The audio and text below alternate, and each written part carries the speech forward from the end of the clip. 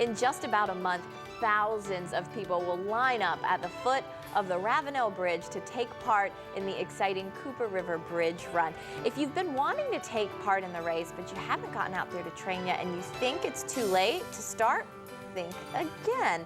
My guests today say there is still time to get ready for the big run, but you want to do it right and you want to do it injury-free as best as you can. So I want to welcome to HealthBeat my two doctors today, Jeff Armstrong and Adam Brown. You're both podiatrists, and you are both very active people as well.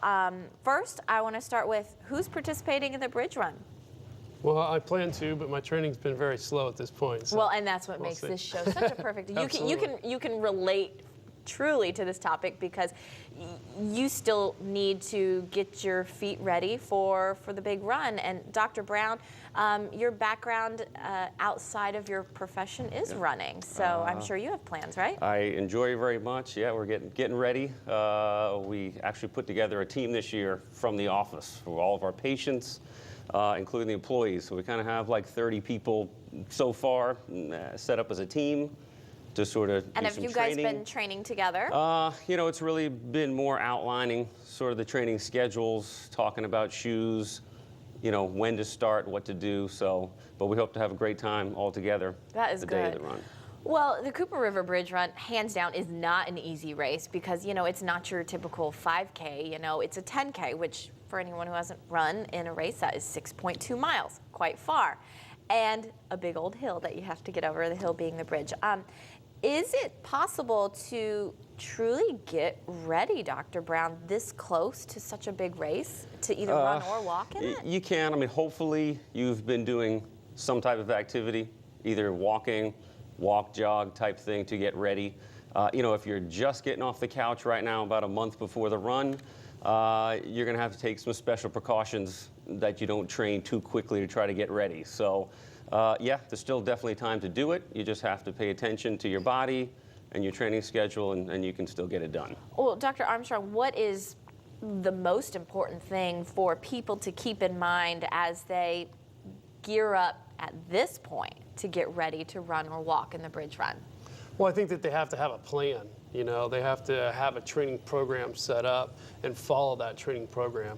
You can't go out and just casually start running in hopes that you're going to be able to, you know, be very successful in the race. I think you have to have a plan, kind of stick to that program, maybe talk to somebody who's done it, or maybe even a trainer to set you up appropriately. Well, you know, you mentioned like that's from the perspective of running, but there might be people out there saying, oh, I'll go and walk it. But maybe that person hasn't walked that distance all at one time. Do they too also need to get their body ready as well? Yeah, absolutely. I mean, whether you're walking or running, the bridge run is still a challenge and it's still grueling on your body. So they need to start gradually and build up to it, whether you're walking or running. Well, Dr. Brown, give us a good training regimen. What should we do? Because I haven't gotten ready yet for the bridge run, but I would like to. So what do I need to do? You know, about a month before, I mean, usually if you haven't been training much or you're not really in shape yet, I tend to start most patients or people out on a walk-jog program. Mm-hmm. So typically for me, about a month before, we'd start out with sort of like a 3 minutes of walk, 2-minute jog, you know, up for about 20 or 30 minutes of that. Do that several times a week, and if we can able to progress with no injuries, then we switch over to maybe we do, you know, 1 minute of walking, 4 minutes of jogging. So slowly we kind of gradually get into where we can do a full run for that extended amount of time. Are there any tips that you want to pass along to people who are interested in running or walking, like maybe some big no-nos, be careful of, don't do this kind of thing? Probably the most important thing is really to listen to your body. And you cannot, I tell my patients all the time, because you can't listen to your body during the walk or during the run. Soft tissue injuries, soft tissue strains, many times don't show up for 12 to 24 hours later. So you may wake up in the morning, get out of bed, and have a very difficult time walking.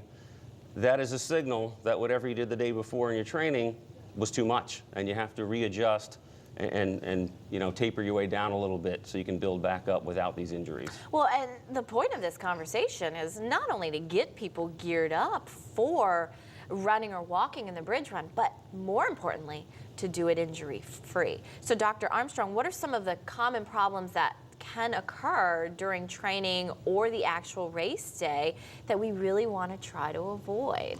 I think most of the injuries that we see in our office are overuse type of injuries. I mean, whether you're a veteran runner or you're kind of new at the sport, if you start pushing your body too far, you're going to see overuse injuries. And I think the statistics say that about 70% of runners eventually will develop some type of overuse injury. And that would include tendonitis, sprains, and strains that will occur because there's a lot of stress put on the ligaments and tendons in the foot when you do run. Well, a lot of people will get arch pain, blisters, that kind of thing? And I was going to add something to that also. Just because you have been a runner or a long-distance walker in the past, if you've taken time off from that, and I tell most of my patients, if you've taken at least 4 to 6 weeks off, you're almost starting from the beginning. So even though mentally you think you're ready, you've done it before, you kind of still have to start from the beginning to train.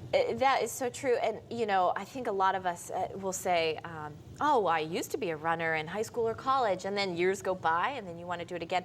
You can't compare the way you used to be to your age today. So do you have problems, either one of you, with your patients who just overdid it because, you know, they were trying to do what they did years ago, but they just can't? Yeah, I think the biggest mistake that people make is that they train too much, too fast.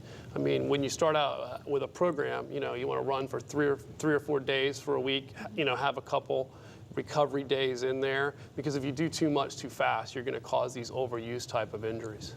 So would you say, Dr. Armstrong, that maybe some of the most common training mistakes might be not listening to your body, pushing yourself too hard, which then leads to those overuse injuries? Absolutely. I mean, I think people think that it's going to go away, or I can kind of work through this injury and it won't be here in a few days, but all they're doing is they're making the injury worse, and that's going to really affect their running and really affect their performance in the race. Gotcha. Well, one of the important aspects about properly training is the right kind of shoe. And so we're going to talk about that right after the break to make sure that everyone trains safely, whether you're going to run or walk in the upcoming Cooper River Bridge Run. So we're also going to go over the signs and the symptoms of the most common injuries, because no matter how safe you are, injuries can happen sometimes. So stick around to get advice on how to get properly fitted shoes and how to recognize and treat common injuries. Stay with us.